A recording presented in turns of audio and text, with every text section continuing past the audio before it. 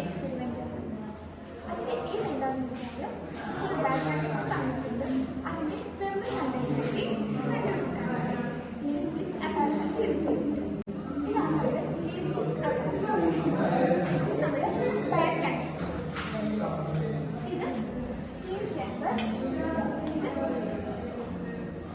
Gas. Bad കണ്ടക്ടിന്റെ thickness ചെയ്യാൻ വേണ്ടി നമ്മൾ സ്ക്രൂ ഗേജ് യൂസ് ചെയ്യും. ഗ്യാസ് ഡിസ്കിന്റെ തിക്നെസ്സും ഡാമേജും മെഷർ ചെയ്യാൻ വെർനിയർ യൂസ് ചെയ്യും. സ്റ്റീം പാസ് ചെയ്യാൻ വേണ്ടിയിട്ട് പ്രഷറിലൂടെ സെറ്റ് ചെയ്യും. സോ നമ്മളുടെ തെർമൽ കണ്ടക്ടിവിറ്റി കാണാനുള്ള ഫോർമുല എന്ന് പറയുന്നത് K = mc/d by pi r square θ1 minus θ2 into r plus 2h by 2r plus 2h into d theta by dt. ഇതാണ് നമ്മുടെ തെർമൽ കണ്ടക്ടിവിറ്റി കാണാനുള്ള ഇക്വേഷൻ. അപ്പോൾ ഇതിൽ സി എന്ന് പറയുന്നത് നമ്മളുടെ ബ്രാസ് ഡിസ്കിൻ്റെ സ്പെസിഫിക് ഹീറ്റ് കപ്പാസിറ്റിയും, എം ബ്രാസ് ഡിസ്കിൻ്റെ തന്നെ മാസും, ആറ് ബ്രാസ് ഡിസ്കിൻ്റെ റേഡിയസും, പിന്നെ ഡി എന്നത് സ്മോൾ ഡി എന്നത് നമ്മളുടെ ബാഡ് കണ്ടക്ടർ, നമ്മളെടുത്ത കണ്ടക്ടറിൻ്റെ തിക്നെസ്സുമാണ്, പിന്നെ എച്ച് നമ്മൾ ബ്രാസ് ഡിസ്കിൻ്റെ തിക്നെസ്സും.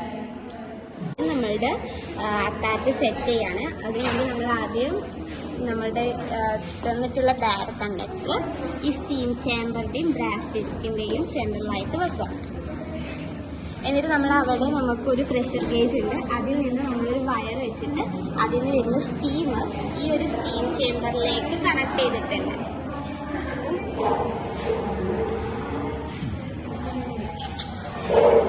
ഇനി നമുക്ക് നമ്മൾ രണ്ട് തെർമോമീറ്റർ ഉണ്ട്, നമുക്ക് ഇവിടെ കുറച്ച് ഹോൾസ് ഉണ്ട്. അപ്പോൾ ഈ രണ്ട് തെർമോമീറ്ററും ഈ ഓരോ ഹോൾസിലും, ഒന്ന് ബ്രാസ് ഡിസ്കിൻ്റെ ഹോളിലും സ്റ്റീം ചേമ്പറിൻ്റെ ഹോളിലും ആയിട്ട് വെക്കാം.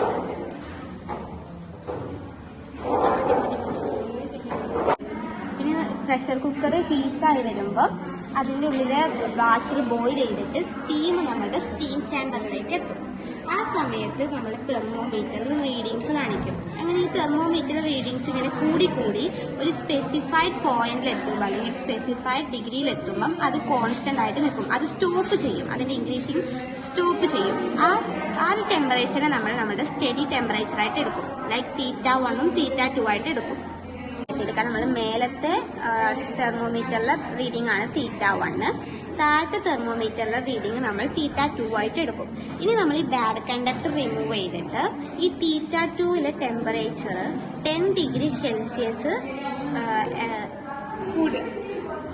ഇനി ഈ T2ലെ ടെമ്പറേച്ചർ നമ്മൾ സ്റ്റഡി ടെമ്പറേച്ചറേക്കാൾ ഒരു 10 ഡിഗ്രി സെൽഷ്യസോളം റൈസ് ചെയ്യുന്നത് വരെ കാത്തിരിക്കും. വീണ്ടും നമ്മുടെ ബാഡ് കണ്ടക്ടർ സ്റ്റീം ചേമ്പറിൻ്റെയും ബ്രാസ് ഡിസ്കിൻ്റെയും സെൻറ്ററിൽ വെച്ചിട്ട് നമ്മൾ ഈ കൂടിയ 10 ഡിഗ്രി സെൽഷ്യസിലെ അത് വീണ്ടും നമ്മൾ സ്റ്റഡി ടെമ്പറേച്ചറിലേക്ക് എത്തും വരെ ഓരോ 30 സെക്കൻഡ്സിലും കണ്ടിന്യൂസ് ആയിട്ട് നമ്മൾ ടെമ്പറേച്ചറിൻ്റെ റീഡിങ് എടുക്കാം.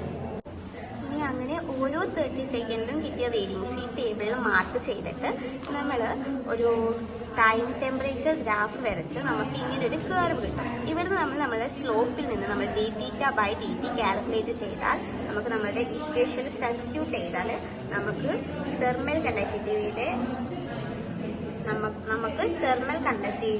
കിട്ടും.